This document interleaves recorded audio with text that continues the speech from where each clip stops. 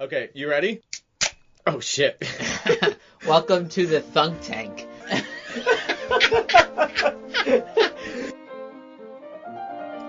Welcome to the Thunk Tank. Oh yeah. Yeah, there you go. Come into our Thunk Tank. Luke, don't switch to the other peanuts. Welcome to the Thunk Tank. Come in the tank.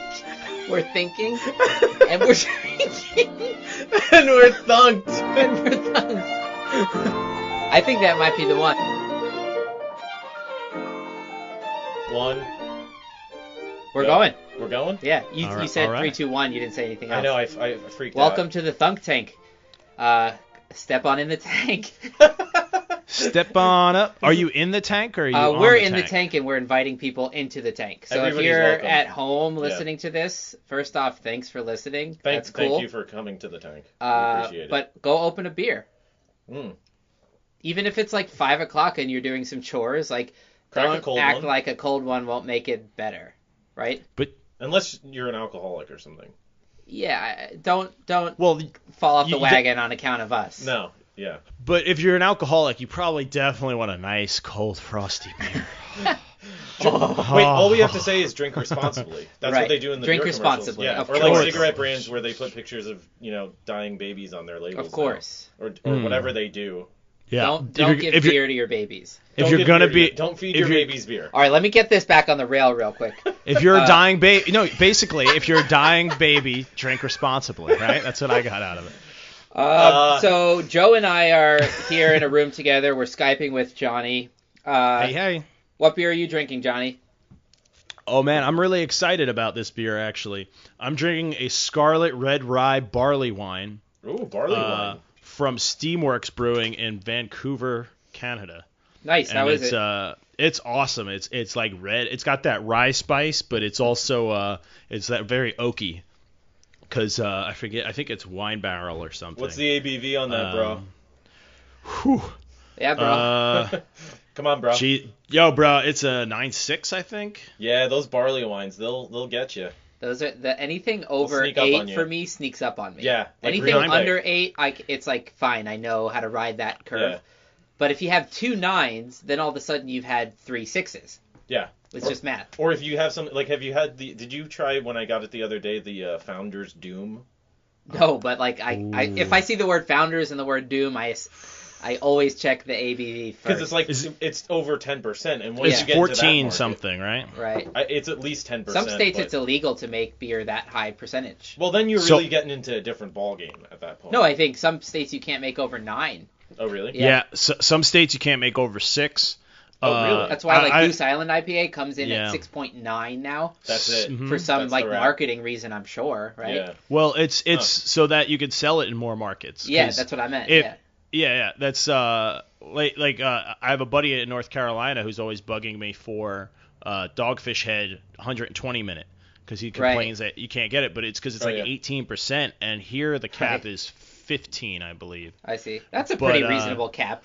That's But in all you 2000 need, really. Yeah. In 2006, it was 6%. They only just upped it in the last like 12 years. Well, that's inflation for you. to you know? 15. Yeah, they're That finally. might be different, but The state minimum wage is still $4, but you can have beer 15%. So some things are going in the right direction. Did we say Word. what beer we're drinking? no. We didn't. Joe and I are sharing. We have a few San Cities here. We to have a drink. French one, I think, right? There's it's part of their Soup du Jour series. I love the artwork on the front of this can. Fantastic artwork. Maybe we'll show it on the picture on the YouTube thing. Yeah. It's a fat chef pouring beer out of a tap into a soup bowl. Soup du jour. And they have different versions of this beer with different single hops. It's like their single hop series. Let's see. This Not as one hoppy as their double hop. is the Amarillo hops. And then the other one we got, I think, is, let's see, Galaxy hops. Oh, the Galaxy. I like the Ooh. Galaxy. What do you think of Galaxy hops, J-Bone? Oh man, I'm a big fan. Galaxy is really popular craft beer hop in America. It's so popular now. Some buddies of mine that work at small craft breweries say they can't get it. Like they just can't get any more from the suppliers. Oh, I see. Wow. The most recent harvest has just all been gobbled up. But I actually just got a sample of a new hop called Michigan Copper, I think. Oh, And yeah, Michigan Copper. MC, we call it. Yeah, It's on the actually streets. a new variety that I don't think has been released yet, but good Good try. attempt. Good cover. And it's the descript like there's descriptors they put out with it. The manufacturers, fruity, juicy, piney, hot, like whatever kind of hop descriptor. And one of them is Hawaiian Punch, which is weird. Most hops don't get described as Hawaiian Punch. That's an interesting vibe, yeah. So that should make a nice juicy hop. Because Hawaiian Punch isn't something that happens naturally. Like that Yeah, might only exist here in the universe. The reason I'm pretty sure, but the reason I brought it up is it's a cousin of Galaxy or something. It's in the family, so it's gonna have those nice Galaxy notes, but apparently a lot fruitier. Ooh. We'll definitely do an episode on beer for anyone who doesn't really know what's up with like how beer is made and like how different hops are used and dry hopping and all that shit. That would be a fun, pretty topical episode considering the premise here is we're sitting in a room drinking beer. And I think that's important too because the beer that we're drinking, it's quality beer. It's really good beer, and it's really important when you have really good anything. Another passion in my life is like coffee, and it's so fun to imagine the pathway that something great, even if it's like a samurai sword, you can appreciate like the skill set in every chain along the way that led to a product being special and unique and good. Well, it comes down to artistry too, and care, sense. Attention to detail, sure, at a meticulous level that you think, how the hell could you do that? It's like you can. Yeah. You just have to get into the coffee shop at 6 a.m. and dial it in before you open at 7. Well, that's like on my last class of the semester Friday. I'm doing coffee workshop. Oh, nice. I figure, and the thing that I told my students was, if you're still worried about your finals on the last day, it's too late for you anyways. So you might as well learn how to make some really good coffee. Because sounds like a good value for your $1,000 a credit hour. Higher education, you're gonna leverage your lifetime of debt for. Hey, it's a great system. Hey, you know what? Would you rather keep learning what you're clearly either gonna get or not gonna get at that point, or at least get the skill set? I agree with Joe. Out of that? There's also, in addition to that, if you get into making good coffee or having good beer or caring about the wine you're having, you sort of keep yourself as your best self. You don't fall. Excuse me. Well, it's something to strive towards. So the idea with the fancy coffee is that some of my students, they don't like coffee, or the coffee they drink is milk and sugar basically, and pumpkin spice and all that other shit. Don't you love when somebody is like, oh yeah, I drink like 6 cups of coffee a day, and then you see it and it's this Starbucks thing that's half whipped cream. It's that's like, what I mean. You probably have about 2-3 cups, right? And what you think is a caffeine crash is just pre-diabetes. Right. Yeah. Or some of them, they just hate coffee. They don't like the taste of it. And so they have to mask it with a bunch of stuff. Yeah, because you get diarrhea out of a Keurig. But they don't like the taste of shitty coffee is really what the problem is. That's my point. Like, diarrhea from a Keurig is not what I'm doing on Friday. Yeah. At all. Like, I'm doing the Chemex and all that stuff. Yeah. Although I told you guys when I got that coffee shop job here for like 2 weeks, the pots were disgusting. The urns, they were like black. Ugh. So I bought a toilet brush, like a clean one, because I could get in there. And it's heavy duty. Heavy duty. Oh yeah, it's designed to get. You better believe it, buddy. And I scraped the fuck out of it, and I rinsed it, and I soaked it overnight, and I got the thing super clean. And then I put like their best light roast in it so you could taste it. And one of the regulars came in and was like, it's thin, it's watery, it's no good, You should dump it. And I was like, no, and I gave him one from the dirty urn. He's like, oh yeah, it's great. And then so he's just acclimated to that. Well, yeah, lifestyle. They actually one of the owners complained and dumped it, and he tried it and was like, yeah, this is no good, and dumped it. And they started putting more coffee in it. He thought he had to updose it. Meanwhile, it's just like, no, you're actually just staining it. He actually said to me, tasting less scum in the coffee. Right. No, he told me I ruined the seasoning of it. So we've been seasoning it. And oh my god, it's not a cast iron pan. You can't season a coffee maker. In fact, you should be descaling it regularly to like clean out the gross coffee oils that stick to the walls. That's what that is. To keep it what it's supposed to be, which is the flavor of the coffee. There's a whole counter excrement. awareness in the specialty coffee world of like, what is it about this that people seem to like the taste? They acquire the taste of like the shittier thing. Like, if some people you offered this Sand City beer to, they were like, nah, I'd rather have a Bud Light. Yeah. It's totally. Like, oh, okay. Like, Yeah, sure, but or sometimes sure? sometimes they get this conception of what that type of beer is. I can't tell you how many people I've met who they say they hate anything IPA and I ask them what kind of IPA they've had, and it's usually something that's ridiculously hoppy, that's just not that great of a beer.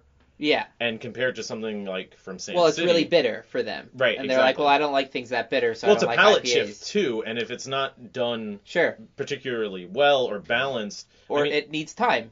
Well, it acquires itself over time as you learn about it more. You take in more data, and you're like, wow, underneath that bitterness is actually a bit of juice notes of this fruit or that fruit or a finish of this. But you have to sort of pay attention to it in more higher resolution than just like, ooh, bitter. But I think there is something to be said where there probably are a fair amount of beers out there where they just I've had them too at bars and stuff where you have a beer that's super hoppy and it's just something's off. It's not balanced or however they did it. Oh, maybe the line is dirty. That's a big one. That's happened to me a lot. So yeah, to take it even further, because I'm studying for a Cicerone exam next year, which we'll get into what that is when we do our full beer episode. That sounds fancy. But generally, it's very fancy. Yeah. But generally, it's very fancy. Like the description, malty and hoppy is just horrible. Because people go, I don't like hoppy beers, and then you give them like a Pilsner with a lot of like a European hop in it, like a Saaz hop.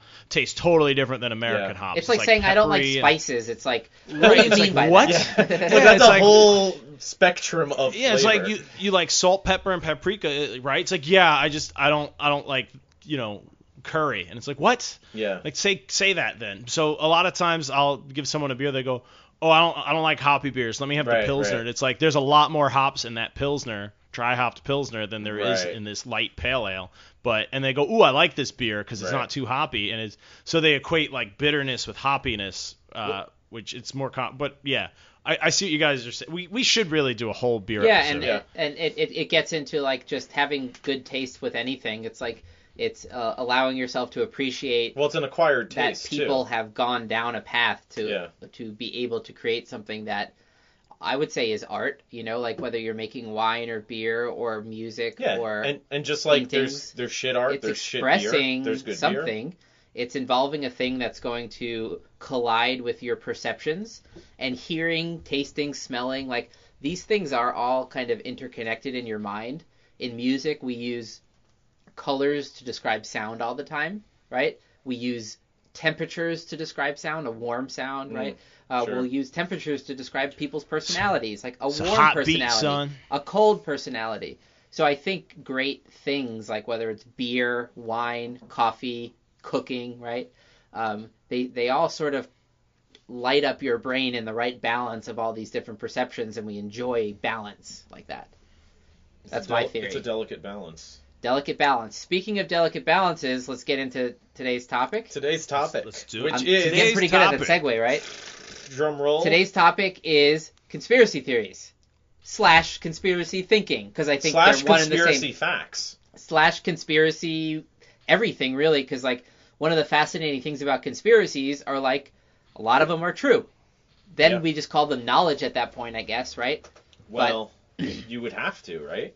All right, so depends how you define true, I guess, also. But why is conspiracy theories such a rich topic? Well, here's the thing: how do you define a conspiracy theory? What are we talking about? I got the Merriam-Webster definition. What is that? Should I read it? Yeah, that's a good place to start. Can I guess what it is first? Sure. I'm just curious. Let's start with that baseline.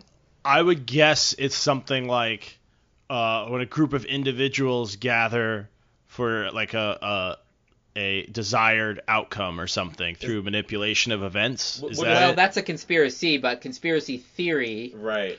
Wouldn't that be a cabal, Johnny? The theory of that, basically. The theory that an event or phenomenon occurs as a result of a conspiracy between interested parties, especially a belief in some covert but influential agency, and it's typically political in motivation and oppressive in some kind of intent. Interesting. And it's always used to explain an unexplained event. I was going to say, I think that's one of the keys. Key word in there is phenomenon, right? Yeah, because phenomenon means something happened, but you can't trace back exactly the explanation to its But does that mean you can't trace it back because you don't know how, or because it's impossible? Maybe the details don't exist. That's what, There's a car accident and it turns out the security camera doesn't show footage in that area. Right. That's unknown knowledge that you can maybe scratch the surface of and learn more about through like deductive reasoning. Like why that glitch But you occurred. can never say I know it in the same way you know what you just actually saw. Right. But I don't like that because it's saying that like that's the only way to explain unexplained things is to have a theory about like crazy shit. Whereas it's one way. Groups conspire all the time. Like if two companies are going to merge, they conspire to do it without telling the public because if your shareholders find out, that's insider trading. So you have to do it all privately within the business between partners and all. So that's a conspiracy. And then when it goes through, it's just, oh, hey, look, we, AT&T and Verizon are merging. But if you had some crazy thing based on traffic, metered usage of traffic and how they're not pushing into certain markets, you say, hey, I think these companies are merging. That's technically a conspiracy theory, I would think. But that definition sets it up as it's like, well, no, it's got to be grounded in a crackpot thinking of trying to explain things that are either unexplained or already accepted. Well, it's conspiracy. I didn't say unexplainable. I just said like it's. No, I didn't say unexplained. I just mean either things that aren't explained fully or are still in question, or they're accepted and someone's like, nah, I don't think so. Because the groups and people conspire all the time. No, that's true, and that's what gets tricky about it is like how to know. Well, what's the theory? Is the theory like this macro cultural? How far do you trace it into? Like, are you just saying like locally this one thing is possible? Also, are you saying it's possible? Or are you saying right? So a lot of conspiracy theorists will say they know because they feel so strongly they know. And part of the angle I want to take to this is sort of like sit in the not knowing part. That's where you actually should sit when you don't know. Yeah. Because all conspiracy theories are born from a gap in knowledge where you assert that you have the knowledge that fits in there.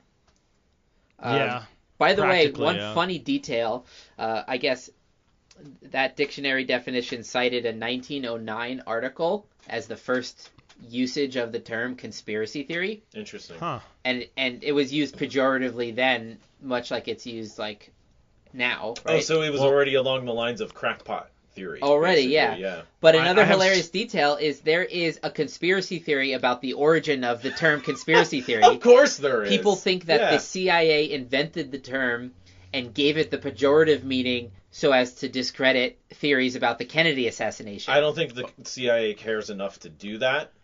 I think they're evil enough to do it. Isn't it funny that they went ahead and made a conspiracy theory about the term conspiracy theory as a way out from like, if you accuse somebody like, hey, I think you're thinking conspiratorially, like you're not seeing this situation clearly. They'll be like, you're just saying that because of the conspiracy with the CIA from the 60s, man. You're in on it. You always have that to fall back on. You're a shill. You're getting checks from CNN, aren't you, to say that? Yeah, you're getting residuals. And that's one of the other aspects to conspiracy thinking is they always have a pre-planned answer ready to attack anything you might say. Yeah, there's always an out to whatever logical solution you can present. Right. But I actually have a couple of quotes on conspiracy I wanted to throw in. Ooh, go for it. Joe. Yeah, no, go ahead. So this is from John Buchanan, I think you say. He's a Scottish guy. In what context? Well, I'll give you the quote, and then I want to tell you his background. I got two from him. The first is, civilization is a conspiracy. Ooh. Modern life is the silent compact of comfortable folk to keep up pretenses. I like so that's one way really of that conspiratorial mindset of there's something not just unexplained, but there's something more to this. It's just in the same kind of way that a religious mind would be thinking there's something more. There's a greater pattern here. There's a greater purpose, because randomness is terrifying. It's hard to figure out what randomness is. It's chaos.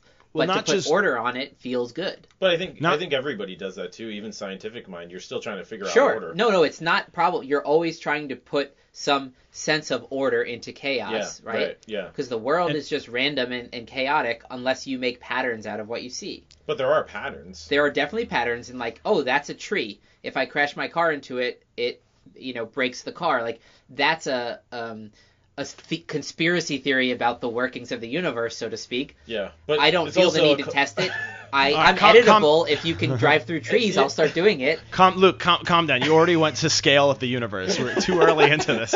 But what I was trying to say is think about, the quote is from 1916. So just think about somebody in that time period being like, oh, I go to the grocery store and I buy this stuff. And then I come home and, just thinking like, well, why is the grocery store there? Well, they want to provide food for the community and they make a little money doing it. Yeah. It's like, well, is that really the reason? Or is it because they want to make sure I don't move somewhere else or I'm not dependent? Or do they offer everything here so I can't make my own? It's about that mindset of not being satisfied with not just unexplained things or unexplainable, but things that are explained and someone going, I don't buy it. I think there's more to it, and then that usually gets misguided and convoluted. Which leads me to the other quote from this guy from the same book he wrote in 1916, and it's every man at the bottom of his heart believes he is a born detective, which I think is the basis for that. That's sort of like the ego of your own detective inside you. Yeah, but why wouldn't you think that? I mean, you need a certain amount of confidence because you'll never believe what you come up with if you have none. Or a certain amount of ego.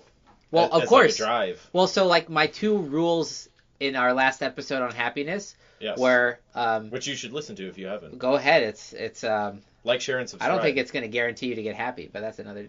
I mean, the beer might. My 2 rules were everything is editable, meaning you can change anything you believe, right? Sure. Yeah, and that's fair. Everything's a balance. So you don't want to believe too hard. You don't want to be skeptical too hard because then you'll never believe anything. Right. You'll always be inadequate. The juicy zone right in the middle between chaos and order. You're just being massaged on each side to like wiggle right there, taking some risk, being safe. Wiggle. I'm wiggling right now. Yeah, no, it's really good. Ladies and gentlemen, this I look like a wacky waving inflatable arm flailing tube man. Not quite, but you're getting there. Vibrating in between the border of chaos and order. All right, Johnny. Keep going. Take over for me here. I need a second. Yeah, he needs a breather. That was a lot of wiggling. I don't think you're right, Luke. I think after all the wiggling, I think governments always have their people's interests in heart. I think large, powerful groups never abuse that power. Yeah. Wealthy, powerful people never think, how can I make sure to maintain my... No one ever thinks those things. I think everyone is thinking, community-minded and empathetically. Well, what if that were the case? I'm just totally kidding, by the way. You guys know I'm being sarcastic. Oh, I kind of caught it, but then I was like, wow. All right, Johnny, like, I respect that. That's a very innocent view of the world. It's ideal. But how naive does that sound? Well, I know people like that have... There are people that have a more... believe that? Well, so if you go through the world, you'll encounter like different personalities, and I think a person's personality is sort of like an outgrowth of their model of reality inside their mind, right? And like... I'm not gonna burp away from the mic. No, I mean that as you shouldn't. I think that's that just shows how much work we're putting in here. Yeah, so sorry to interrupt. Some people's personality, they seem to only be able to exist on this assumption that the universe is just this cozy, warm place filled with love and everything's so nice. And I totally get that because I encounter that state of mind myself, and it's a beautiful moment. But I don't sit there all the time, right? Like I go in and out of things. And so those kind of personalities kind of just really have faith that that's what it's like, even when things are tough, like they're staying that like positive performance of a personality, Well, that's the old saying, everything happens for a reason. Exactly. To which I respond, of course it does, just not always a reason. Not centered on you. Just not always a reason you like. Well, right. Or that's that good for has you. any bearing on you. Yeah, or has any association or care for your needs or wants or desires. Which is another factor in conspiracy thinking. The people are usually like centering themselves on the conspiracy in a way. Like they're always the victim. Oh, they're the victim, and they're explaining some difficulty about the fact of life, Yeah. Life is pretty difficult in a lot of ways at different times. And if you could explain that and like make even an order to like a terrible situation, like 9/11, to imagine that those kind of attacks can't happen randomly, but that somebody like planned it. It's almost like a controlled experiment in that sense, right? See, Luke, I would argue that those people have the same capacity as you. They're just working from a different set of first principles. I would agree. You just defined your first principle saying everything's editable, including my own view of the universe, and there's wiggle room on every. So, like, if that's your first principles, then you can handle everything else coming after that changing or being attacked. That's why I like those first principles, because it starts you off in a really flexible place. Whereas I'm not saying it's easy to be there, and I'm not saying I'm there all the time either. Of course, I'm regularly noticing hey, you fucking idiot, you're not following the 2 rules you made about life that you thought you figured out. You're not even following them. You what are you doing? You asshole. But if your first premise is subconsciously that I'm in control, everything is knowable and understandable, I'm in control, and then some shit happens you don't understand. You have to put order on that real quick. You put it into the framework of I'm the victim, this is a conspiracy. And if you can't, you just freak the fuck out sometimes. And so your brain automatically does that on some level because it wants to avoid that freak out of wait a second, is the universe totally chaotic with no reasoning, and can random things happen to me without understanding the cause and effect chain? Yeah, your brain likes a pattern, and when it gets fucked up, it scrambles to fix the pattern or find a way, recognize the pattern that you didn't see before or whatever. But yeah, for some reason, it's to think that you, me as a college dropout with YouTube and enough weed can figure out why the planet's flat is insane to just be. I saw an amazing. But that's scary. For anybody who doesn't know listening, there is a whole big movement called flat earthers that believe it's a big conspiracy the guy who built his own rocket? The Earth is flat and it's a conspiracy. This guy in Arizona or New Mexico, he built his own rocket. Your choice. I believe either one. Dude, his plan is to launch 5,000 feet in the air because he's I built a rocket and planes are fake, and he wants to launch 5,000 feet up to take a photograph of the flat Earth. Yep. And I bet you it will look kind of flat because that's not high enough for it to look round. Exactly. And then he'll Photoshop it to look extra flat and then be I told you. Except that he'll be dead because he built his own rocket that flies 5,000 feet up. Yeah, he's going to die horribly, and they're going to be see, he was too close to the truth. They had to silence him. Yeah, it was the CIA. He flew too close to the sun. They actually on wings of truth. They had the first Flat Earthers convention, conference. Dude, that's so recently, fucked. 2 hours from me. And I didn't know about it until afterwards, and I'm so upset. I would have totally gone. Gold, I have, and not just to be a troll and a douchebag to these people, but I have so many legitimate questions for them. Well, here's the thing too. I mean, I think there's probably an interesting distinction between people who really adamantly believe in this type of shit. And there was a great episode of Parks and Recreation. Have you ever seen Parks and Rec? I've been watching it, yeah. Okay, currently. I don't know if you're familiar, Johnny, but there's this great episode where this... I've seen every episode. Okay, so remember the episode... There's this episode where this group of, end-of-the-world lunatics rent out this park every year for... Oh, yeah. And this guy has a book that calculates this is the moment that the world's going to end, and this, I forget, it's some sort of evil god is going to, consume them with his butt or something. They have some detail. Right. Joe, it's a mixture of the Hail Bob people, the Kool-Aid guys who thought the comet, the Lovejoy, that was it. Comet Lovejoy from the 70s. Right.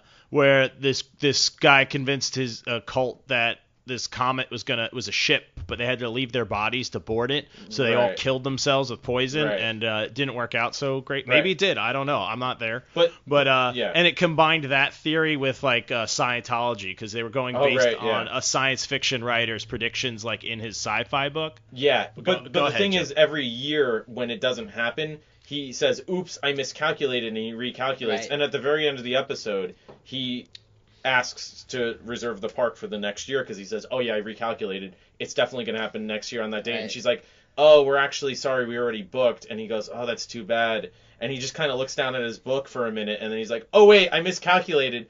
It's again next year." And it turns out, really, what the point is that it's this communal gathering of these kind of weird off. It's a ritual. People. It's a ritual. He's like, "Oh, I think it happened Thursday, or maybe Friday or Saturday, depending on availability." He says something like that, when's the park open? Right. But that's when it'll happen. But don't you think that's different? That's kind of a different vibe than people. Well, that's he's slightly open. He's aware that Is he? I don't know. I don't know. No, that's a legitimate question. I think that's a fine border, and I think actually staying on that border, because just like I've always said, I'm not religious, but I find religious people fascinating because I want to not have the easy version of attacking their position, which is why do you believe silly childlike fantasies. Well, a lot of it comes down to communal gathering, right? Yeah. When you like unpack like how they think, which you can only find out how they think by being a nice person and like having a genuine interaction, not like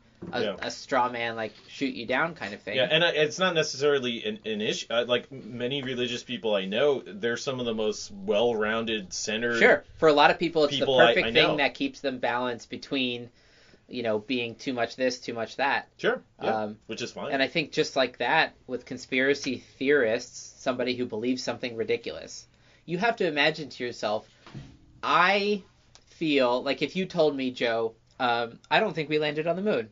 Oh, we totally didn't land on the moon. Have you actually been there? So the important thing Did you see the flag yourself? I get it. I'm serious. You haven't seen shit. You son of a bitch. So the same way I feel like I'm so right in this situation and you're so wrong. Well, I know that you're so wrong. That's the difference. You have to actually have the like real empathy to jump in the other person's brain and realize they think the same thing but opposite. Well, they're have like, the same. Of course, they have that the idiot same thinks we went to the moon. Yeah. The same conviction. It comes down to conviction. It's not the same thing. You're right, because like I would argue that there is a difference. It's not like two sides of a same. Yeah, you have science on your side. Well, I have the government's evil. Right, but you have chains of logic. This gets into like one of the best things as an Inoculation? Inoculation, yeah. I don't know. I didn't even know I knew that word. Like vaccines? Yeah, you didn't. I was saying don't worry, Luke, inoculation to... No, you nailed it, yeah. To, like, falling into a conspiracy you theory too hard. inoculated it out of the park. I think one is having that understanding that, like, if you want to change someone's mind, you have to, like, understand that it needs to be changed. You can't just, like, force it. So there are a set of logical fallacies that sort of, like... you follow in your day-to-day life, whether you know it or not. Yeah. They're just basically the structures of how we think. So, for example, if I say A equals B, that's a fact, right? And I say B equals C, that's another independent fact. You could apply logic to that and say, well, then A equals C. Right? These are like, and you can go through different versions of premises and conclusions and applying logic. Yeah. So like every argument involves a set of premises and then a set of logic applied to that and then having a conclusion. Yeah. The logical fallacies go through the various ways that system can be corrupted, right? Yeah. So it could be that somebody starts with a false premise. You say A equals C because of what you thought was true, but it doesn't. But it turns out that B is not equal to C. Yeah. Right? So you don't actually know if A is equal to C. Yeah. Because your premise was wrong. Right. That's a possibility. Yeah. And a lot of that comes down to not taking into account other factors of evidence, right? Sure. Yeah. It's like you choose. I mean, God, I can't tell you. You cherry pick your evidence. I can't tell you how much I spend teaching this, like on a to children, day-to-day basis. Kids, well, adults, young adults, college students. I call them children because I. Well, I mean, but that's what happens where you get these answers. I'm old enough that freshmen in college look like children to me. Well, to a certain extent, when I hear them over, like I still will be on campus. Well, some of the points they make, I hear things that like I overhear conversations, and I'm just like, what? Yeah. I had somebody in office hours today, and she said, can you read my thesis for my argument research paper? And I said, sure. And I read it. And I said, and then her question was, oh, so I identified the counter-argument in my thesis, which I said is important to do, because if you just make an argument in a paper, that's great. But if you acknowledge the counter-argument, the counter-viewpoint, and explain why that's, what are the issues there? Is it biased? Really give it its good due diligence. Is it erroneous? Yeah. Is it in fact true, but you have a better argument? You have stronger, more compelling You tuck the argument evidence to a farther place exactly. or something. Yeah. That's much more compelling for a reader. So this is all, by the way, higher resolution ways of thinking about a simple logic puzzle. Right. Because when you zoom into A equaling C, it's like, well, it turns out A is made of 10 things. Right. And C is made of 5 things. Right, exactly. You get into more layers of complexity. But her question was, so I identified the counter-argument in my thesis. Do I have to then disprove that in my paper or argue it against it in my paper? And I kind of just looked at her for a minute, and then I said, why wouldn't you? Right. Well, that's steel manning, right? Yeah. Exactly. Yeah. There's actually a philosophical term that, like, was around before steel manning, quote unquote, was around. But it makes sense. It works. Actually, this does fit in. I'll read a quote. This is a New York Times article. By the way, anything we reference as I go through and edit the episode, I'm going to try and like jot down the links that I referenced and sort of like put them in the show notes so you can sort of like figure out like what we're talking about if we reference an article or something. And please share, like, and subscribe. Yeah, that we didn't say that stuff. I keep saying it. Okay. Joe's gonna be that guy. Joe's our social media guy. If you're talking to us on Twitter or email, it's probably Joe. Me. Hey, we're up to like 50 followers. That's 50 more than a week ago. Yeah, that's 50 more than I have.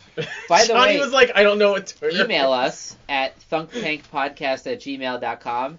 Let us know you're listening. Give us topics you want us to like delve into. Oh, and even better, comment on the YouTube videos what you want us to talk about. Sure, Get the conversation going. Oh, yeah. Yeah. But email us too. And email us corrections. Email us corrections. Definitely. I didn't get any correction emails this time.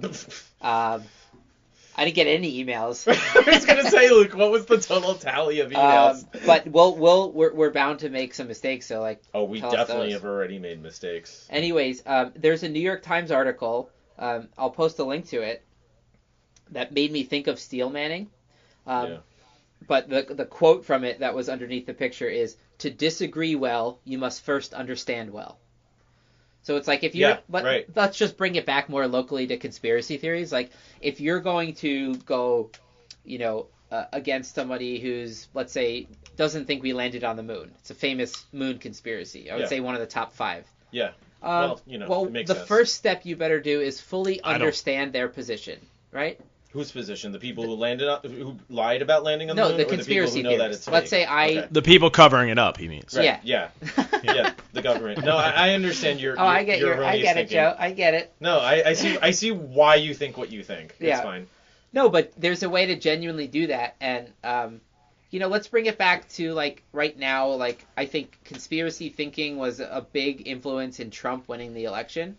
In what context? I think conspiracy theories and conspiracy thinking. Oh, I like it. Yeah. I like it a lot because it sort of reveals, like if you study it a little bit, you get to know your own biases and that you're better than anybody else. Like you're susceptible to the same like flawed, reaching of conclusions. Yeah. And so one, you recognize all the times you do it yourself throughout the day. Yeah. Like with stupid shit, right?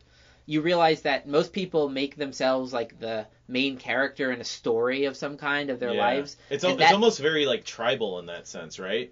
Like trying to be at the center of everything. You make yourself like the hero of your own story, right, which again in a lot of ways that can be good, but that can also make you too important. Would you say slopelism? Slopelism? I think I'm saying it right. Am I going to learn 2 new words this podcast? I feel like I may have heard that, but I also feel like you might be making something up. I might be. Let's do a quick true or false. Do you guys believe this one or not? It's I'm going to trust you. It's an actual philosophical theory that so it's me, the universe, I'm real, and everything else is a figment of my imagination. Oh, like, I totally think that. I'm pretty sure that everybody is an automaton or a simulation. How would I know otherwise? Well, you wouldn't know otherwise, but you can assume. Why would I assume though? Well, so you could say that's a conspiracy, right? Let's say you believe a conspiracy that... I'm more convinced that you're fake. You're the only thing that's real, and everyone else is like a Westworld version of fakeness. Yes, that's what I'm convinced of. Okay, let's unpack that. Okay. It's only legitimate because if Luke, I don't know how to unpack that. If Luke gets hit by a train and dies tomorrow... I don't care. Train? He was a robot anyways. Fuck him. He gets hit by a car train and dies tomorrow. He got hit by a car train. I know that he was wrong. Because I'm still here, so we're not just a figment of his imagination, but him dying might still be a figment of my imagination. Okay. So it's one of those things that I can always cling to it because it can't be. No one else can disprove until you get hit by a train. But every time, that someone that argues it against me, like something like that happens, I'm gonna be like, see, that's another point in my column for being right. That guy definitely was just a figment. Speaking That's why of he got columns killed for off. being right, most people have a flawed referee system in their mind where they're more likely to notice. It's called confirmation bias. They're more likely to notice what holds their theory to be stronger and truer, and less likely to notice the things that would actually cut it at its base. Yeah. So, for example, to go back to the logical fallacy thing, if you're talking about why someone might be wrong. It could be the logic that they used on true things that was wrong. The logic itself was flawed. Mm-hmm. Or the logic could be great, but one of the premises was false. Right? Yeah. And so that's the one that I think it. people get fooled on most easily is people walk you through a set of logical steps, and then you feel like you arrived at a conclusion yourself, but you didn't notice that the premises were false. Well, let me ask you this then. Is there a traditional or well-proliferated conspiracy theory that you think could be true or maybe has more credence than some of the other typical classics? Like, is there any one that you say, you know what, that is something that we should be looking into? I mean, one that's like currently that we don't know the answer to, kind of thing. Yeah, I mean, because like I think we'll get into like a second part in this episode. We're gonna have make to do it into part two. Yeah. Probably the second part. I want to get into like what are the stupidest conspiracy theories. Well, I think that's and important. What are the real ones? Well, that's really important because there are things throughout history where. Yeah, people claim things and they ended up being very true. They ended up being like very Johnny true. said at the opening of this. Sure. People do conspire. Of course, yeah. That's not made up. That's not. There are things that were conspiracy theories that are now out and in the open and in like knowledge. I got a big one, Luke. Probably the most famous, I think. COINTELPRO. What? The CIA one. This is much more famous.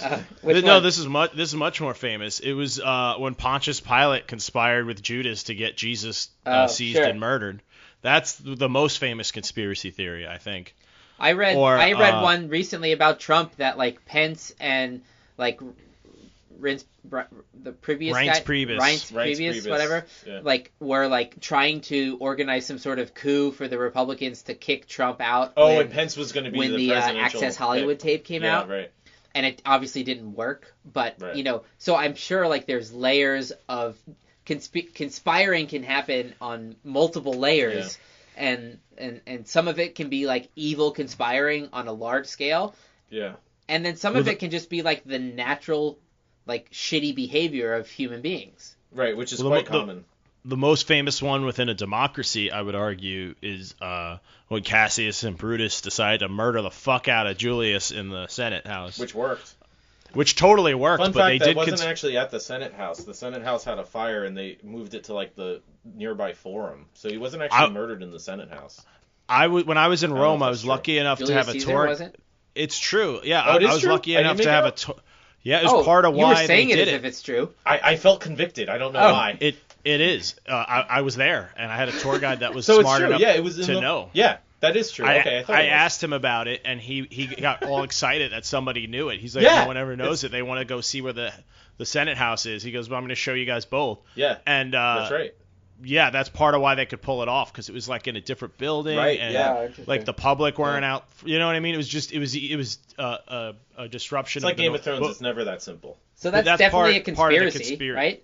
Yeah. And at the time, it was a conspiracy theory, and then when the knowledge, let's say, like fully completed and came out, we just call it history or some word of. Well, we call it that it was a conspiracy. It's settled. No, it's just no longer settled. maybe get off the theory part of it. Like there still was a conspiracy, and that humans conspired against other humans. Yeah, which is fine. Ooh, barley wine. Oh yeah, you're barley wining. That's right. What do they have? Good ducks there, Poppy? I'm trying. Oh no, we're almost out of beer. Also, guys, there's gonna be a lot of like throwaway beers. I have Miller Lights. Let's do it. I also have a flask. There's going to be a lot of random references. I have really good bourbon in the flask.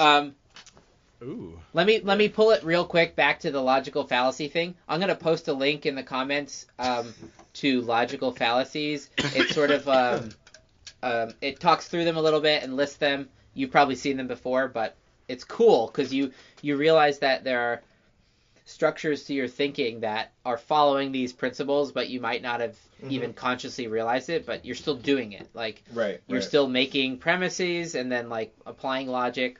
So a few examples of the. Can you just say premises? Because I didn't know how to say that word. I'm kind of self-conscious about it. I keep thinking of. I keep thinking of Menzies every time you say it. Wait, Johnny, you're thinking of what? I keep thinking the word menses every time he says that, which I think is like periods or something that women get. It's just not something I want to think about. Is that a short way to say like menstrual cycle? Yeah, no, it's something okay. they're menses. It's something to do with the uterus. We'll have to have a female guest at some point. Nah, it's all right. If we do, we won't want to open with talking about. Anyways. So we have questions about your menses. No, but when you say premises, I just think about. Sorry, I was definitely like, I'm not sure how to say that word. That's why I was saying it like that. Yeah, right. So it's premises. No, you're saying it a legitimate way. I think just you did don't say like it right. that way. Oh, okay, because like it's the I just plural. don't like you say it it. No, because the premises would be like the place where you're walking. Yeah, around. no, I'm talking about multiple premises. Yeah. Yeah, that's fair. So some of the logical fallacies, just to like read through them, so you've probably heard of these before, but maybe haven't like thought about them like whatever. One is ad hominem. You know that one, Joe? Oh yeah, ad hominem. He was they all a really have these... funny guy. Adolf hominem. Ed hominem. Like ad hominem is just like you're attacking the person rather than the argument. Yeah. So a shitty person I have a whole book of those. Could be making a very valid argument. Right, yeah. And so you should be able to separate who's uttering the sounds for example, from what the actual sounds are. For example, that guy grabs people by the pussy. He can't do this job. And it's like, well, there's a correlation there, like, Johnny? Which I think is being proven. Actually, but in the case of that, if you want to take that like accurately, Johnny, you would say, well, yeah, he did say that, and he is a jackass, but he is capable still of making a valid argument in the future. If he says words that make sense, that actually I go, I think that's true. It's actually an important thing for my brain to be able to say, I really don't like Donald Trump. I think he's an awful human being, and I think he's an idiot. But he did say something correct right there. Like, to be able to separate who's saying it from what the thing is. Well, that was the weird thing with him when he first started, or before he announced his candidacy. He would say stuff about, like, NAFTA or just things in general about the government. And he's big on conspiracies. Well, government spending, where I would say, oh, yeah, he's right about government spending, or, like, this trade deal or whatever. He would make some points where I said, okay, that's actually something where, if you really look at the details, it actually is in line with some other people that I agree with. But then he would say it was an accident that he said it. Well, once he started saying, grab him by the fucking pussy. Or once he starts saying, like, global warming is a hoax invented by the Chinese. Yeah, I spray hairspray all in my apartment. It doesn't get hotter. And you're like, what? But there is something. It is a real human response, because the ad hominem is a thing that's been around for a while. Oh, of course. I would argue that knowing cultures, it constantly happens. I would argue that knowing these logical fallacies, it's almost like gaining armor points to defend yourself against faulty arguments and logic. No, it's important to know exactly the distinction. And if you know them and you can define them, it helps you sort of recognize them in the world. Yeah. But the whole thing, I think, that's at the basis of conspiratorial thinking is also, like, let's say you memorize all these logical fallacies, right? And then you use them too much. Yeah. Now you're too skeptical. You're figuring out everything you hear in the world is false because you have all these reasons that blah, blah, blah. And now you've taken it too far the other way. And now, that's a problem. It's all about you got to chill out balance. and have a beer now and then. And enjoy a nice podcast. So share, and subscribe, please. Yeah, Joe. Oh my God, I'm getting good. No, but that's kind of my beer logic is like, I kind of see I really like the model of my mind when I think about it as like lots of separate components that are all having their say. And like the key for me seems to be swimming in a balance of all those things. Right. And sometimes, like, the logical thing you can overdo that and get taken far away, right? Right. That's how you might believe in a conspiracy theory, because you don't re-engage your, like, point of view to the bigger picture in the world, and you get stuck, like, thinking down a tunnel, and your logic might be very, very good, but your problem might be way back on an assumed premise, or it might be way back on, like, an assumed importance that you might have to something, even though you're meaningless, whatever distinction you've made there. Yeah. Yeah. So even knowing the logical fallacies, you have to put that into balance. Right. Had I ever sent you the Veritasium Veritasium is a YouTube channel. It makes amazing science videos, science communication Shout videos. out to Derek. Is his name Derek? His name is Derek, I think. Shout out to Derek at Veritasium. Please Yeah. like, share, and subscribe. Exactly. So he made a video called The Science of Thinking that, like, I watched it late at night once, and I was like, oh, shit. So I wrote this down in my phone after a run one day, I think whatever. Man, that would have been a psychotic sentence like 10 years ago. Oh, to write something down in your phone? Yeah, it would have been like, oh man, he's off his pills. Right. Yeah, Now it's an iPhone 7 Plus, and I'm just like... You're basically in Star Trek. It's weird that you're writing it, not just telling it. I do a little bit of both, but... Yeah, we're getting there. We're definitely getting there. So I put in my phone and it applies exactly to, like, conspiracy thinking, because it's really underneath this whole topic is how to think correctly, right?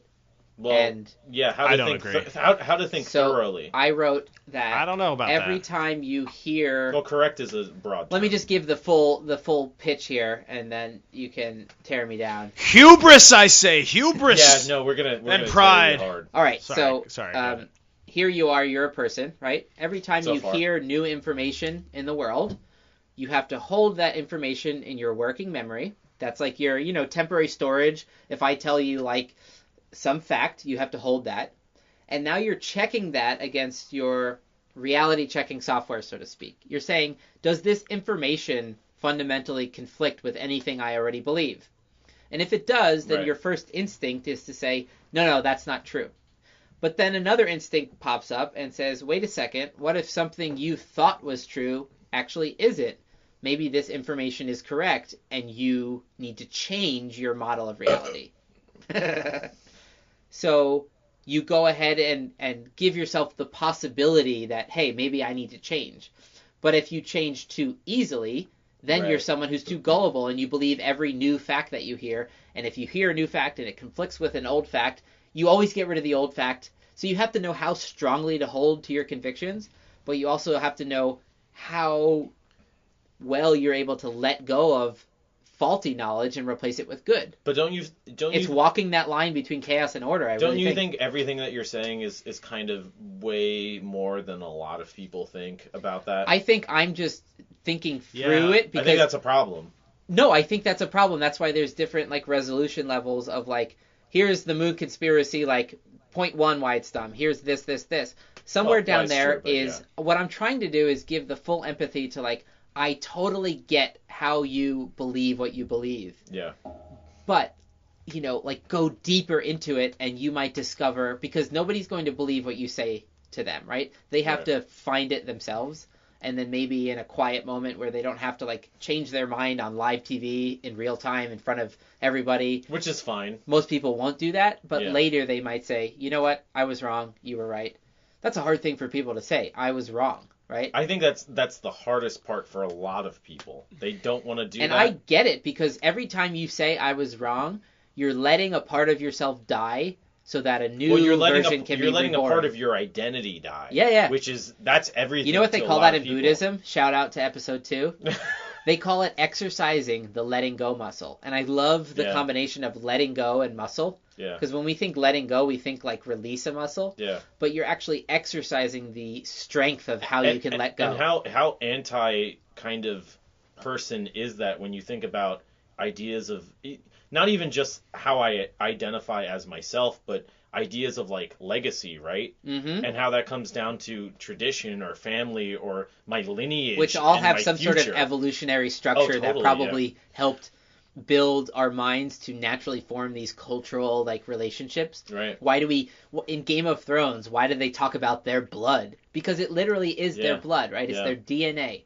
Yeah. Why do bastard All right, children but- not get the love of their mothers? Like the evolutionary perspective can often help you uncover your behavior from the bottom up instead of trying to like trace the web of your own thinking from the top down. Yeah. You can start somewhere that guides you as to like making sense of like, hey, why did I think this thing that turned out to be totally false? Right. Like, why did I That's think hard, that's hard to like admit. a relationship is the hardest one? Because let's say you're with a girl, with a guy, whatever your relationship is, and you think it's perfect, and then you like get surprised and find out they cheated on you or something.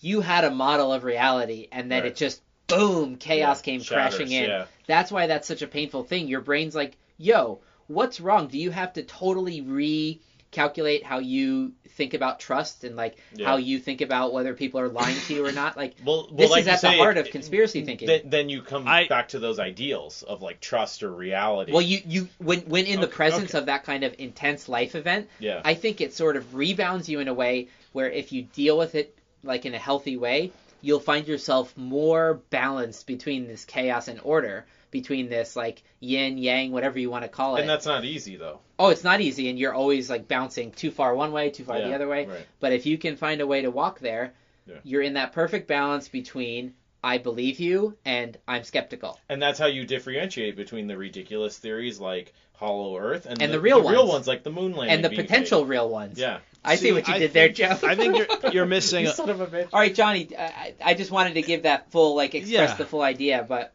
no, that was a full idea, but I think you're missing a major part of where a lot of this conspiracy mindset comes from. Sure, there's flat Earth type people where it's I don't, you don't even know where to start, and it's so you have to get to the root of how painful, they're thinking about it. Ow.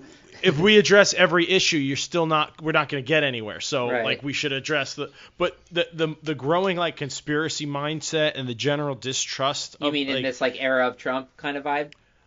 I just mean in the 21st century. Okay. Trump is part of it, but not to single him out. Just the last 20 years. I mean, there's a new phrase I learned research for this episode called the precariat.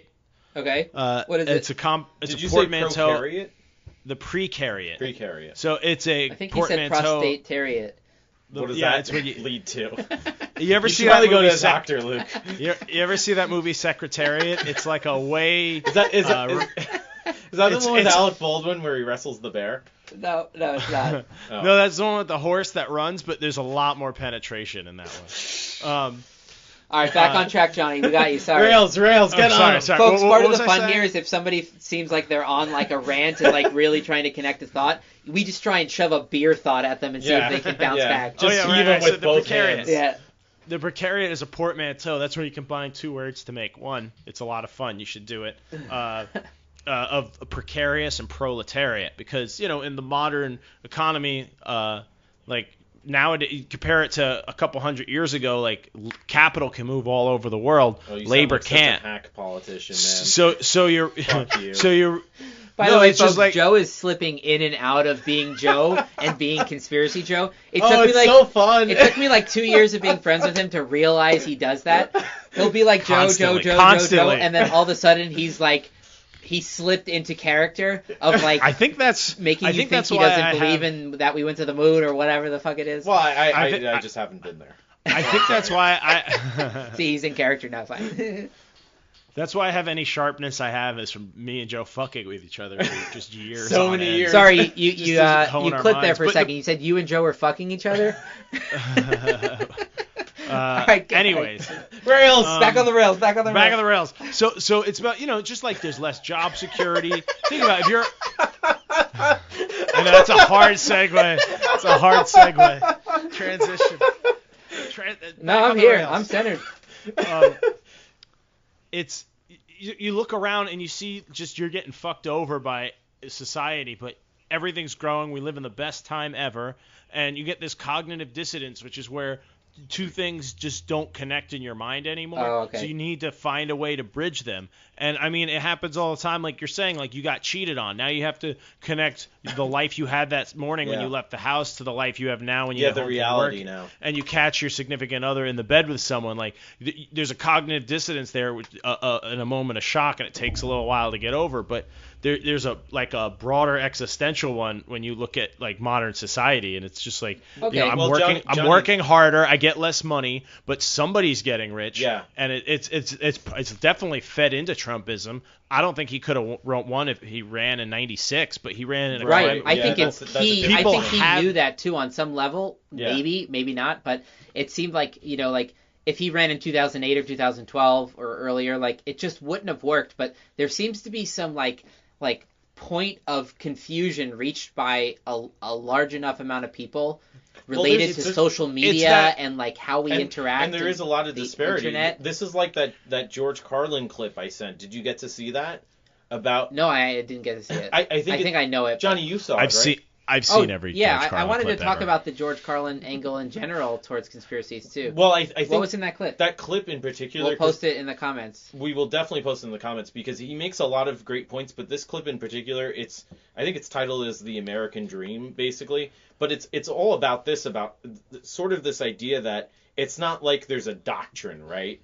And there's no evil guy, right? Stroking rubbing his beard, just thinking like, this is how we've designed the system to make you fucking miserable. But it's about this idea of sort of just convergent interests. And when you have enough people with enough power and control and authority and influence and money, and how they know how they can figure out and collaborate on how to proliferate that further. Right, and how wealth naturally that transfers in a system that's flexible and so that leads to these structures where it's like, of course education sucks, right? And of course it's not going to get better because it's not in the interests of the people who could do things to change it. And some of the people do try, they are working towards trying to change that, but maybe there's enough people who they aren't really interested in that, right?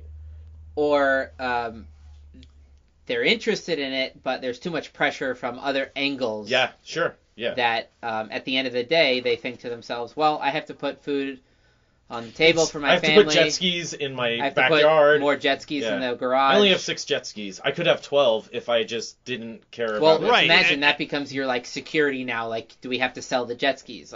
Yeah. But if your goal is it's not about getting jet skis because it's yes, everyone it is, has Johnny. Yeah, no, Johnny, it's because everybody jet skis, dude. It is, but it's because everybody has their own jet ski, what jet ski means to them. So if you're jet ski is who said a chicken in every pot, a jet ski in every garage? If you're all trying to get a jet ski, if you're all trying to get a jet ski, there's certain things that. Chicken every pot. There's certain things that I have in common that I do with a jet ski owner in England. We want to have more money get to keep more of our own money to buy jet skis. We're going to want, cheaper places to store it. We're going to want less restrictions and regulations on when and what we can do. But not everybody can have a jet ski. There's not enough room for everybody to have a jet ski. But I have one already. I have one and I don't care. So all I care about is what's in the interest of jet ski owners. So I don't have to meet with other jet ski owners. Because I'm a jet ski owner, and talk to them. Maybe you care about Johnny, that's a really good point. The convergent interest doesn't have to be actively collaborated on in that. No, it's just converging interests. Yeah. That is what it means, converging. Like, for example, let's say you live in a neighborhood. The definition of it. Like, if you live in a neighborhood, you don't have to get together with your neighbors and say, yeah, I don't really like trash and broken glass in the street. Just if you drop a bottle outside, bringing bags in, you're going to just sweep them up if, that's the kind of neighborhood you live in.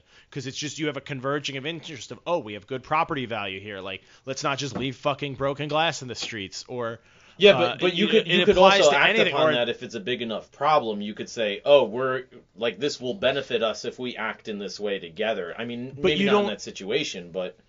You don't or let's say somebody's breaking, because this happened on my street. People were breaking into cars, but they were pretty much only breaking into old cars or just trying to open cars. So if you left your car unlocked, they would just ransack it. I feel like that's on you though. So lock your car. Yeah, but lock your fucking car, dude.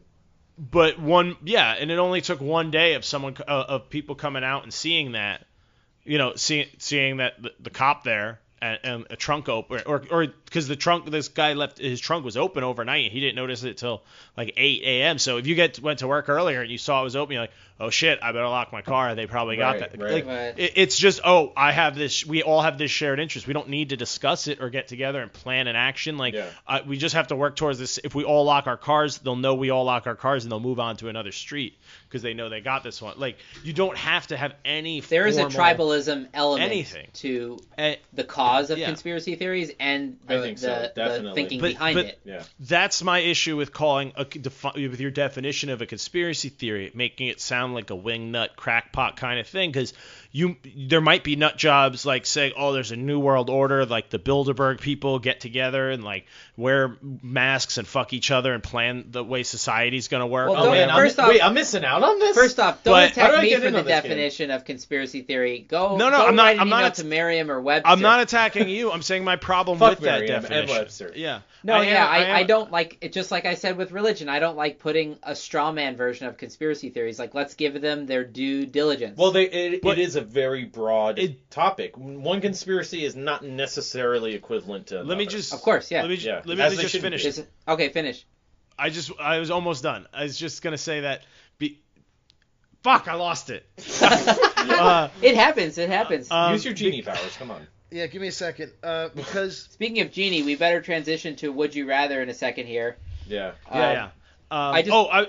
I was just going to say, just because there's nut jobs out there that come up with some crazy conspiracy theory, let's say that 9/11 was some inside thing or something and all this crazy shit, like that's Sorry, you're breaking crazy. up, Johnny. You saying 9/11 was an inside job? You're saying you caused 9/11? Let me just finish, dude. Let me finish. I fucked with you enough. If you could say, but if you say like, oh, the CIA interfering in like Middle East governments and stuff caused groups to get together and conspire to attack us, like, oh, well, that's different, yeah. That's different, but like it loses credibility when people say it's not as juicy, right? Because then you just make it's America's fault thing. You boil it down to that and make that a soundbite, and it discredits the argument. And it's like, no, I'm not. Right. No. One of the keys to making an argument is to realize when you have a situation that you have to just keep a certain amount of complexity and unknowns as part of the equation. Yeah. So like a lot of people aren't comfortable with having a section of their knowledge being an unknown category. And I think that's where you get this filling in of they're making patterns and filling in the information with what they assume must be true about that, even though really it's unknown. I should have started with this Aristotle quote. Do you know the one he has about thinking and taking on meaning or whatever? Anyways, here's this Aristotle. Oh, were you talking to me? Or? Oh yeah, Joe went down to get us some more beer. Oh, you didn't. I didn't know. I thought. Okay, go ahead. It is the mark of an educated mind to be able to entertain a thought without accepting it.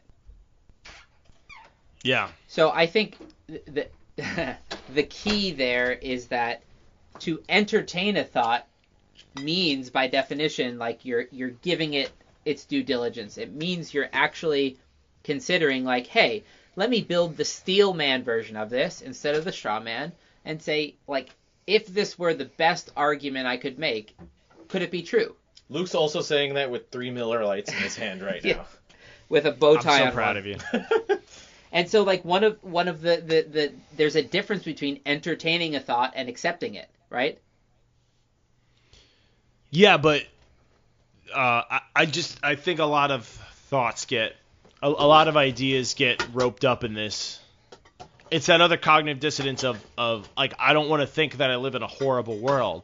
So like, when you hear something crazy about it, some crazy conspiracy theory, it's easy to dismiss the whole thing and not entertain the kernel of truth that's maybe to it. Like, right. Well, intelligence organizations mess with governments. Does that mean that they just wipe people out and like every death of a leader is attributed to them? Probably. No. Oh. But there is for every time one of them dies, there is totally a full crazy theory, and people get crazy with it. I was reading a Vice article about a theory that because our conspiracy is actually hiding is a conspiracy. Oh geez, like the Reddit subreddit about conspiracies is set up as like a false, like it's like a diversionary thing by CNN and other people to like diminish conspiracies. Oh really? And it's just like reading the article is like, oh my gosh, just having to learn enough to write an article about that, you had to go down that rabbit hole of insanity. So it's hard to entertain those thoughts. It is hard. I didn't mean to say it's quickly. Easy. To entertain those thoughts is exactly what I was trying to say before. It's to find that perfect balance between it's finding the perfect balance between it's between being flexible enough to edit your information, but being grounded enough by what you know to be true. Right, which you can't That's a delicate balance, Yeah. and it's always changing a little bit. Yeah. You can't go too far in any one direction. You can't do if you don't have that concept. So of to balance, entertain right. something, but to not accept it, is to be in that balance, I would say. Yeah.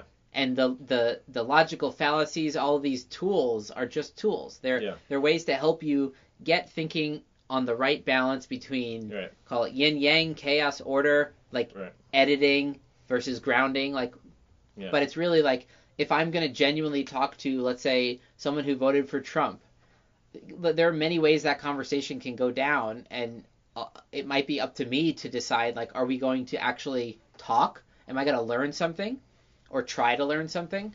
Or am I just going to talk to myself, which is if I pulled the self-righteous card and just told him what an idiot he is or something. I say he, I don't know the percentage of women that voted for Trump, but I mean, probably more men, right? But there were a bunch. You can admit you're scared to talk to girls. It's okay. At least about. I'm scared to talk to Trump supporters. Pro-Trump woman, yeah. Definitely, that's a different ballgame. I think that's fair. That's a certain vibe. But you know what I mean? You can talk in a conversation like that in a way that's showing them hey, I respect the fact that you arrived at your conclusion in ways you think are valid. I respect that. Having said that, let's try to unpack them, and you can sort of convey a feeling of everybody can get caught up in incorrect thinking. Yeah. And if we all admit that we're willing to change our mind, let's just have that kind of conversation.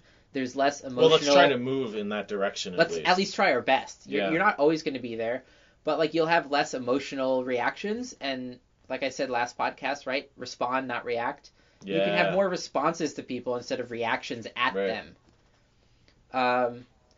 There's so much good shit talking about conspiracy theories, and we didn't even get to any real ones. We should save that. We're over an hour. Yeah. How about we'll make this a 2-part episode for sure, and part 2 will be us maybe talking some of the funny ones. Yeah. Let's Bigfoot, dive into them.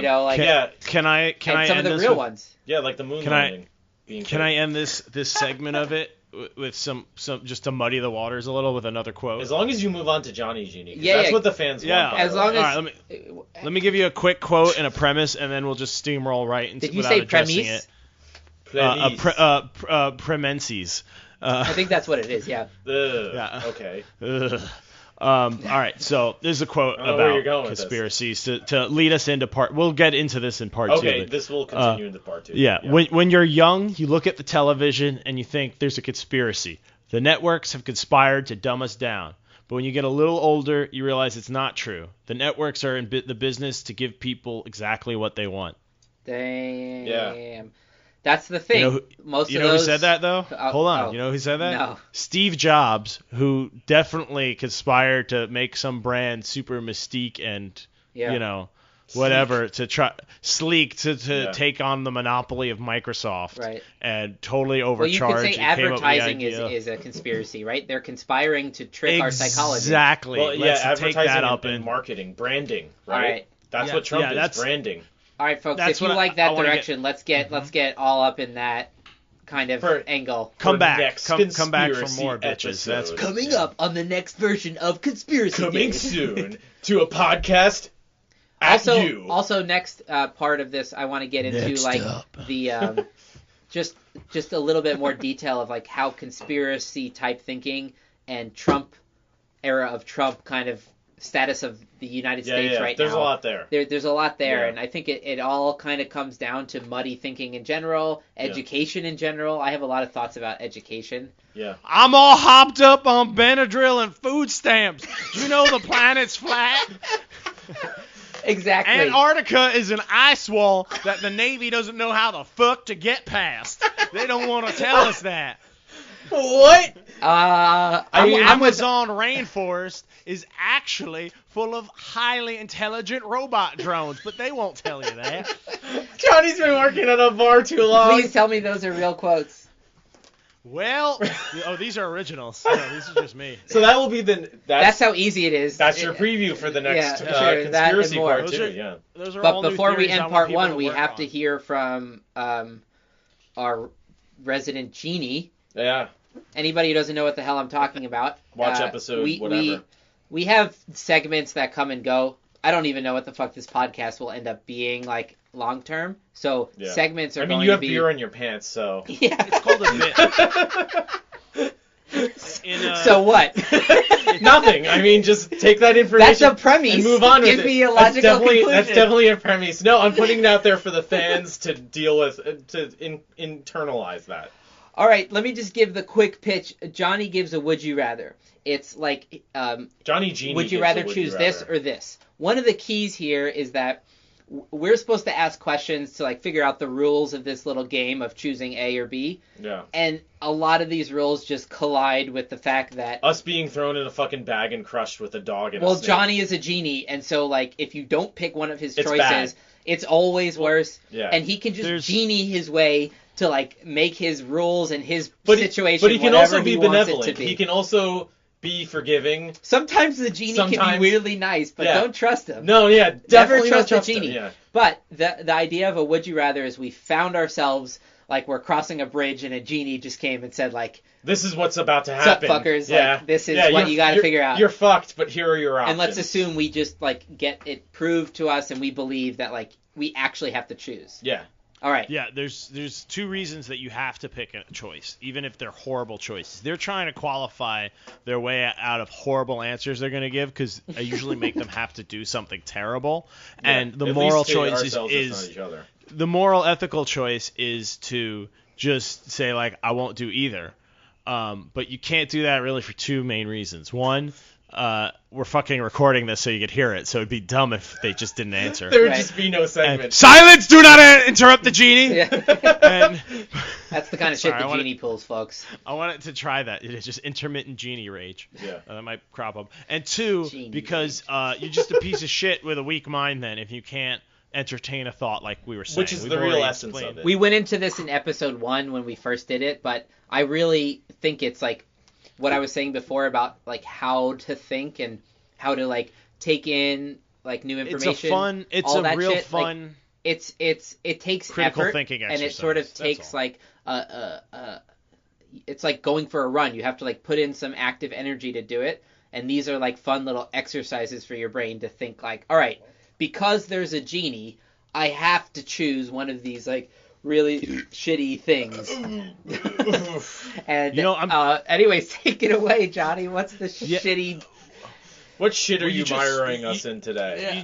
You just reminded me of when I really started first doing it was like in chess club when I was younger. Aha, I know it's nerdy, but I was in chess club and like your game would end and you'd have to wait for your friends to get out of their game, so you just sat there and genied people. You genied and people. And yeah, we would hang out. He wasn't even genie self-aware. He thought he was just a boy. That's a true genie. Hey man. And I went to chess camp in summer. That was the camp I went to. That's a genie you mean training genie ground. Camp? Genie training I think you ground. were brainwashed by genies. That's my conspiracy theory. Those kids were real smart, man. Yeah. But like you can only talk about chess so much, so we talk about nerdy stuff, and then we do like always come up with crazy would you rather. rather. Those type of kids would always think through them and like make it fun. Exactly. Right? Yeah. Exactly, because they had chess brains. So now I'm thinking that's why it's a very I'm so chess into brain that. kind of exercise. Yeah. That's I true. think that's when I got really into it. All right, take it away.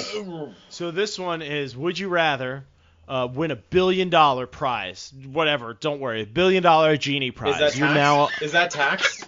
No. He says, don't worry. He's trying to like get rid of all my lottery questions. He knows. Yeah. All my taxes questions. Yeah. I'm not answering your genie tax question because you know better. You got to pay the genie toll. You just wake up. That genie hole.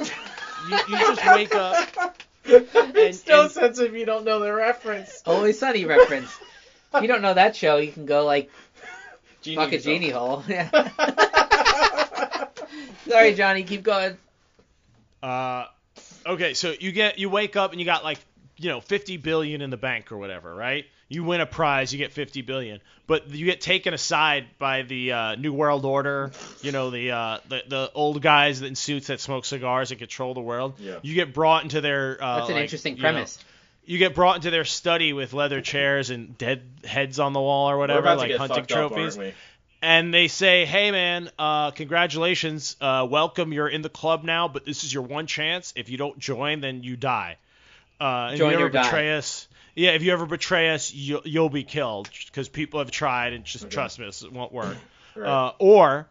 And then you're in. Or wait, that's it? You get that's the if. That's the would you rather this. Wait, so just so I'm clear, I get 50 billion genie dollars. Genie dollars, and you're one of the lead Kabbalists of whatever the New World Order's up to these days. But you have to be. You can't say no to that. Yes. Okay. And you have to work with them. And if you ever go against them or what, like they're just gonna take you out. You can't give the money Now, back. can I just before we go into that? How Is many that hours- like a genie version of those rules? Like there's no way I could like solve the puzzle. It's like a genie puzzle. There's no way out. Yeah, no, they like put a nanoprobe in you or something, and you can't. Just if you try to betray them, your head explodes. How many hours a week do I have to put in at the fucking cabal? No, I think you just have to go along with their idea of. No, but that might you take like time and effort. No, like Yeah, I mean they'll give you a learning curve. Why am I defending the genie now? I don't know. He genied you, dude. He gave you 50 Dude, fucking billion dollars. He genie mind tricked me. Yeah. Fuck. No, it's just. But you haven't heard the second half. Okay, That's yeah, true. go Yeah, on, give yeah. us the. You guys always yang. jump in halfway. Oh, we're displeasing the genie. Oh, genie's upset. I will repeat it if you need, but just let me get through it. He's being benevolent. All right, so that you get that, or you get elected. You're the most popular president, elected. I You know want what I mean? that. Like, you get like 80% of the that? vote. I don't. But then when you go into the briefing, you go, so what's like the conspiracy shit? Where's like the president's book, like the diary they pass on with the secrets? Like, oh yeah, none of that, none of that's true.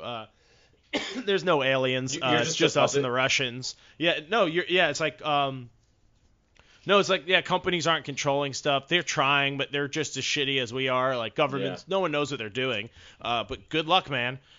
You're in charge now for a little while. Like, which would you rather? Wait, there's a lot of questions there. Wait, so with the $50 billion, like my fame is kind of secretive, right? I just happen to be really rich. Oh, I mean, it's up to you what you do with your fame, but you can't talk about that stuff. Like, you could be a No, Richard I know that. Branson I type can't if like you talk want. about the conspiracy, but am I in the public spotlight because I won publicly $50 billion? Yeah, or is it like you're- a very yeah, under the rug no, kind no. of genie? No, yeah, you're $50 billion. So, you're life-ruiningly famous in both. so cases. I'm like Iron Man without the costume. Yeah, I mean, I don't know how much that thing costs. In the case 50 of being billion's the a president, though, Joe, I feel like a lot of people would just tell you what you should do. I think Whereas that's if you were happening just now. yourself as a $50 billion. Well, I could hire people to tell me what. Yeah, but how do you know you're going to hire the right people? I have a genie. No, don't talk to the genie longer than you have to. Wait, I have a question about these genie bucks. Can I'm out in like 15 minutes after your choice. Wait. I just stay to see what happens. Wait, and but then can the leave. genie- And then you get bored. And But will the genie Yeah. money, like, I go to take it out of the bank, and then it turns out that it's in, like, obsolete currency or something because it was genie dollars or something? Like, Oh no, it's 50 billion USD. It's just the Okay. way you get it is through genification. that sounds Excuse me. legitimate. Okay.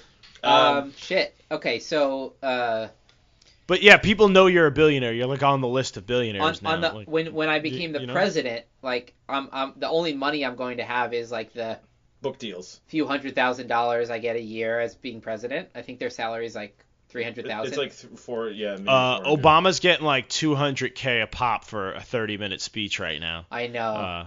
Well, speaking in And, book and deals, if you do a dozen of them, dude, you're a millionaire, and that's not a long work week, let alone work month. You know what I mean? You could space it out if you want. Right. So you're not gonna that's like supply and command, baby. you're gonna live comfortably. Okay. Yeah, you'll be fine if you're the president. Fucking George Bush paints pictures of dogs, horrible watercolors of dogs and I don't shit. think I'd wanna People be president. hang that stuff up, you know? No, it's a whole thing. I don't think I'm qualified to be president. In fact, that brings up a funny side thing of like I don't think anybody who wants to be president should be allowed to be president. That's sadly probably pretty accurate, right? Because like one, it should feel like a shitty job that like I would say a balanced person probably doesn't want to do. But you Let me rephrase that because I don't want to. But do you know what the president's actual daily schedule is? Do you have any idea? No, I don't, and I'm sure it's more insane than I'd like It's to know. probably insane. It's probably like, oh, this is how a psychotic person would have to live. Yeah. Right. And then at like 8:30, you have like a half hour to like eat dinner and say hello to your wife. Yeah. And then, you know, maybe more jerk shit, off more once shit, a more week. shit. Maybe you just what? Huh? What? What did I hear? Huh? I would say that I could imagine like a type of person a rare type of person that happens to have the right mental balance to take on a job like that. I'm sure it exists as a possibility. You know what I mean? Well, I know I could never do it though. That's why democracy works best on a small scale. Because if you have a small tribe of 100 people, we might be like, that guy is the coolest, most level-headed, like smartest guy, most humble guy.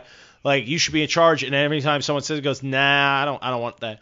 It's like, well, motherfucker, like 3/4 of us picked you, so you have to do it. Well, also, it's like that's yeah, also it doesn't work on a large scale. Also, why the presidency is supposed to be a limited term. I think. Do you remember seeing Obama when he was on Jerry Seinfeld's Comedians in Cars with Coffee or whatever? I don't know if I saw that one. It was really, it was great. It was a really great interview, and one of the things I've seen every Comedians in Cars. One of the things Obama says is basically he basically says that he's kind of he was president, he did it, he got a lot done, he did whatever, and he's like, I'm exhausted basically, and he said, yeah, no wonder these people who are presidents, quote unquote, for 20, 30 years, they lose their minds. And the way you described it was like, yeah, at a certain point, you're president for 30 years. Like, you've been sleeping 5 hours a day. Your feet have hurt you for 30 years. You just had sore feet for 30 years. And you have absolute power. Of course you go insane. Right. And that's, also, it's not like you have some peaceful, nice, pleasant, loving pathway to the presidency. Right, yeah, no. You've probably done some dark shit along the way. It's a fucking Even battle, somebody like Obama who puts on the face of, like, this, like, balanced, like, decency. Yeah. In a way, I could understand seeing that as more threatening or dangerous, the fact that he's smart enough to distinguish that public decency he puts on from what probably is, like, the reality is probably a little bit more hard and cold and, like, some sketchy decisions probably got made. It is a job where no matter what you do, you're wrong to a large amount of people. Like every time, every decision you make. And that's got to have a psychological effect that's kind of disturbing to Yeah, a it's person. like most of the country at any given point hates the president. Or it can really help you, like, maybe it's a learning thing where, like, you really learn something about sort of, like, the basics of how humans and human beings interact and, how our minds work together. Which is kind of like the whole problem with the conspiracy thing is, like, it's just about how minds work together and negotiate what reality is. I would have to say, having said all that, I would not want to be president. I'll deal with the being a rich member of, like, some elite world. But Luke, what if you get in and their plan is to make me president? we're slowly gonna poison the planet. That would be a genie. Yeah, what if it's to make you president? Yeah, that would be a genie move. Or to do like a Fallout type thing where they nuke the planet and you're in a bunker for 10 years and then you come out and there's only like 1 million people left on the planet and it's and they're the people they pick, Right. and you have to be a part of it. Here's another angle I'll think through this question then. Can I choose the option where I do that, except I disobey them at a critical time, allow my head to explode, and I'm like the 21st century Jesus Christ? No. You're gonna do. Sure. I die. No, because that's how that would happen. I've set it up in such a way, Luke, that you're gonna help them so that you feel you are morally culpable. So I have no free will in one version, and I do in the other version. No, you do. But listen, or do I just not have it anyway? No, you have free will in one, free will in the other, but one your head will explode if you exercise your free will. It's like fair enough. It's like, Luke, let's say we're cooking a meal for a guy and you're trying to poison him, right? And so I'm cooking in the kitchen, and you think you're gonna get a chance to poison me. I just let you peel potatoes. Why are we hosting dinner parties for men? Just listen to my fucking metaphor. I'm the fucking genie right now. Genie rage. That's some genie anger right there, man. Like let's say you think you're gonna get a chance to poison. I go, all right, fucking wash the potatoes or peel the potatoes. You're like, oh, I'll poison them, and then I boil them anyways, so the poison doesn't get boils through them them. anyways. Like you're gonna do work to feed this guy that you don't want fed, but you don't get to do. You know what I mean? You're not included in a step that you. Hey, are you feeling okay, Genie? Future Genie. I think the genie might be sick. Are you okay? Why? I think you're trying to genie me. Yeah, you're pulling some genie antics. All right, I'm confused. I'm confused that I just know I don't want to be president. Luke's confused why he has to peel potatoes as president. I don't think you understand that how much like, okay, being president would suck, and you might try to get a lot of good done, and you might just like not. But you'll get probably anything fail at it. accomplished. You'll probably fail and just piss off a lot of people. Right. But the other option, the world might end either way. You might actively hurt a lot of people and have to do it. That's a really good question. So you might the choice of either trading off your comfort and maybe doing some good if you can be bothered, or you probably definitely will do some evil shit. Look, you're gonna do evil shit either way, probably.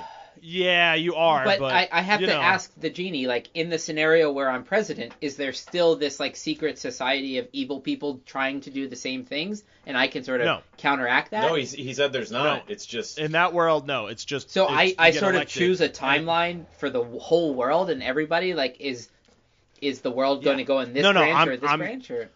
No, I'm choosing it because I'm the fucking genie, all right? You just focus on the choices I gave you and the options you have to weigh, all right? You don't worry about how I'm... Can I ask you a question? Classic genie answer. What would you choose, genie? You're gonna make the genie's head explode. Yeah, I think I would answer after I hear your choices. I choose not being president. Wait, no. I choose being president. I'll do president now that you brought that new information. Yeah, I would do president because you know what? I feel like I have enough of an identity and an understanding of a lot of what we've been talking about where you think you can negotiate that situation. I could avoid the Civil War. You know, I could try to at least. I could have negotiated our way out of it because if Donald Trump can do it, I think I certainly have a shot. Yeah. Like you would be willing. You would be willing to be like, I'll just give you Florida or something that's considered not an option, but it might work. I'll see Florida. They didn't see that coming, and by the time they realize what a shit deal it is, I'm already monopolizing their markets. Or you just kick Florida out, and then they become a rogue state, and then they have to fight them. Ideally, but it's probably easy to fight Florida, like retired people. Like it's almost sunk anyways. Oh, dude, Florida has some of the craziest. Oh, that's true. Like every crazy news story you read, where you're like somebody like ran down the freeway naked and just like made chimpanzee noises on the hoods of cars in traffic. It's like, what state? Florida. Yeah. You got great weather. You got guns. You know, you got... Also the flattest state in the union, by the way. Really? Yes, it is. Florida. Yeah, more so than Kansas. So. Damn. Yep. So, every time I'm about to pick a genie answer, I, like, change last minute because the genie reveals some, like, crucial piece of information that I should have had in the beginning. No, it's because I feel bad that you're not thinking of all the options. You sort of help us. It's a genie helping. Well, he's a genie. He's a this is what I was saying before about the benevolent genie. Yeah. He does because I also landed on president after thinking about it because it's like I don't want to do a bunch of evil shit. I'd rather try to do some good that I can always bail on. And even fail at it, but like, at least you can say you tried. And you can just bail halfway through even, but like if you're being evil, like doing evil shit, you got to commit to it. Otherwise, that's a lifestyle choice at that point. You can't half-ass evil, you know?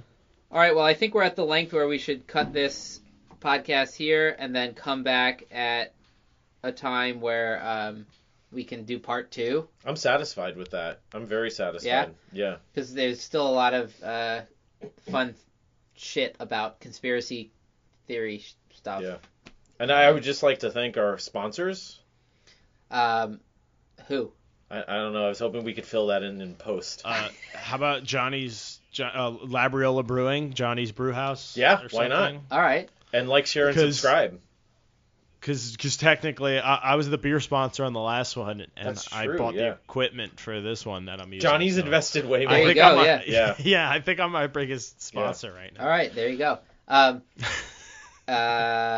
Did I miss anything crucial? No, I think we'll see you for part 2 of the conspiracy, or maybe a different episode for 4, and we'll come to part 2 conspiracy later. But we'll see you for episode 4. We don't know what we're doing is the main point. We'll see you for episode 4. Yeah. We'll be 4 will come after 3, no matter what happens. That's just how it's going to happen. Yeah. That's what we have for sure right now. Yeah. So there is a tradition where Johnny hangs up on us like mid end of an episode. As we... Oh, do you guys have to go? Are we not hanging out after this cast, or? Oh, we could do that. I think we can do that. Should we? We should probably cut. No. I'm just gonna say we should hang up the Skype call. That way the file stops recording there. This is really boring right now. No, wait. If we go through all that, there it is. Son of a genie. Fucking Genie. Wait, so is the podcast over? Yeah, it's over. Well, we always end it after Johnny hangs up. So is this going to be on the podcast? Right now, yes. Oh, really? When will then be now? So soon. Now? No, now we're ending. Okay. Okay. That's Conspiracy Theories episode, part 1. We're going to do a part 2. Eventually. Email us. There might be a few weeks in between part 1 Comment, and part 2. Like, share, tell us subscribe, what you think. tweet, Twitter, twaddle, tweed. Yeah, Joe's in charge of social media. I didn't even know there was a tweeting. I didn't even know I was in charge of social media. I've just been going on social media. Yeah. And it works. All right. Bye. See you next time. How long was that?